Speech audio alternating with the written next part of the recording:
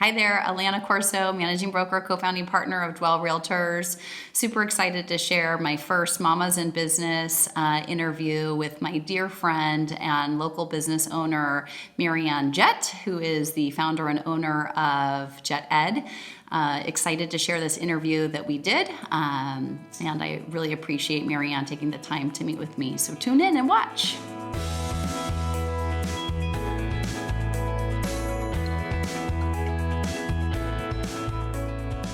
Good morning. Thank you, Marianne, for joining me on my first Mamas in Business vlogs series kickoff. To be here. Yeah, thanks for joining me.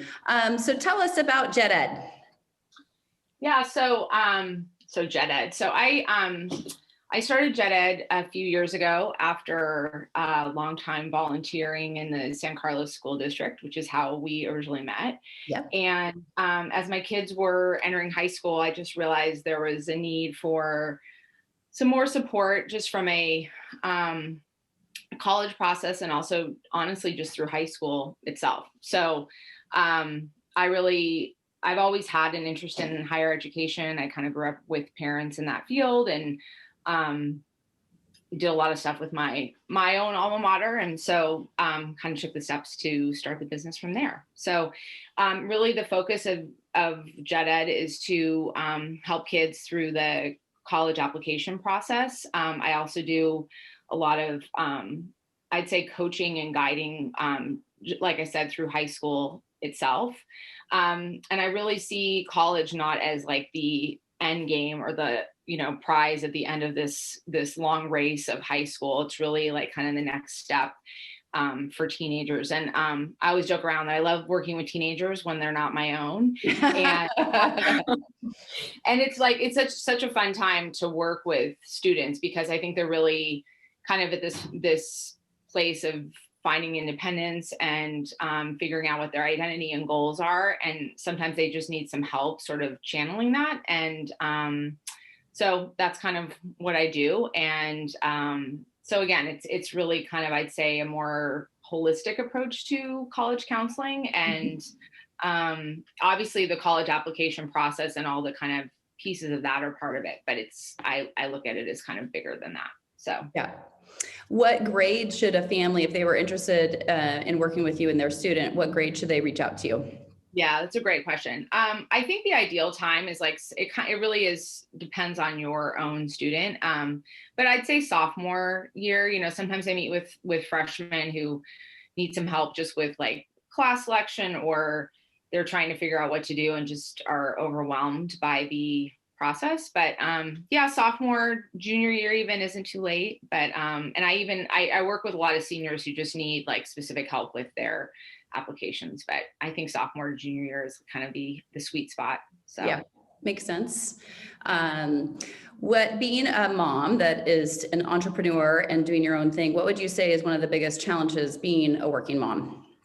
Yeah, probably the same thing that everybody, and you would probably say the same thing. I mean, I just think finding that balance of not, I think especially these days where we've all been home, like the lines between work and family life and personal life are just completely blended. So I think that's the biggest challenge, and it kind of always has been. I read this quote this morning that was something about like finding the hardest thing about parenting is finding like a balance between your ambition and your parenting skills, or something to that effect. And I think that's always been my biggest struggle, is like, how do I kind of satisfy my own needs for work and having my own, goals and things I want to do professionally, but also balancing that with my family's needs and being a present and available parent, right? So yeah, absolutely. I think yes, it is the balance, right? So always a struggle. What would you say one of the best, like a win or a success being a working parent has brought you, or would be?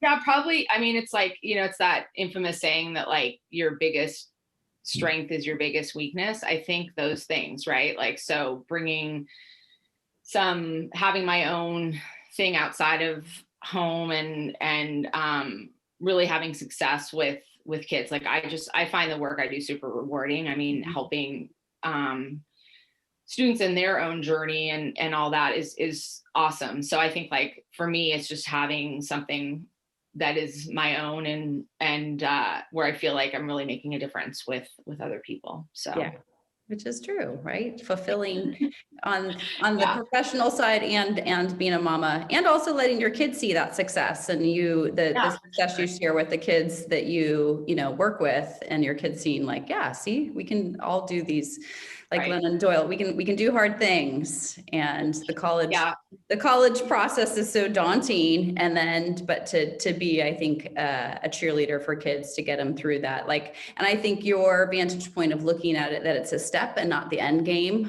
because we all know there's so much life beyond college, and it is just a part of the journey.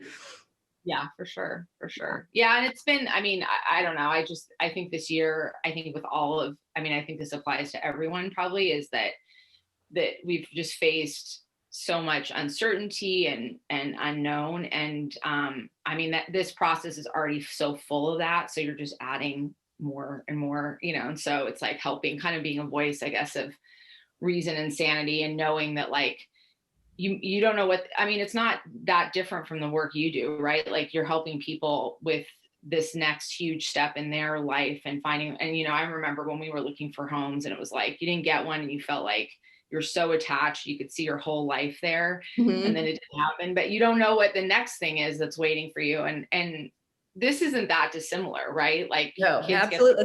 That's an excellent correlation. Yeah, that school that you thought that you wanted to go to, and that you envisioned yourself on campus, like there might be a different school that's even better in that and you choice. don't know, and it's even so it's like even more complex now because kids right now can't really visit campuses and don't have a sense of like, okay, what does it really look like if I go there, which is just the world we're living in. But yeah, so Yeah. and I'm always a big fan of simplifying life and finding kind of tips and tricks. Do you have any fun mom tips or tricks or hacks that you could share?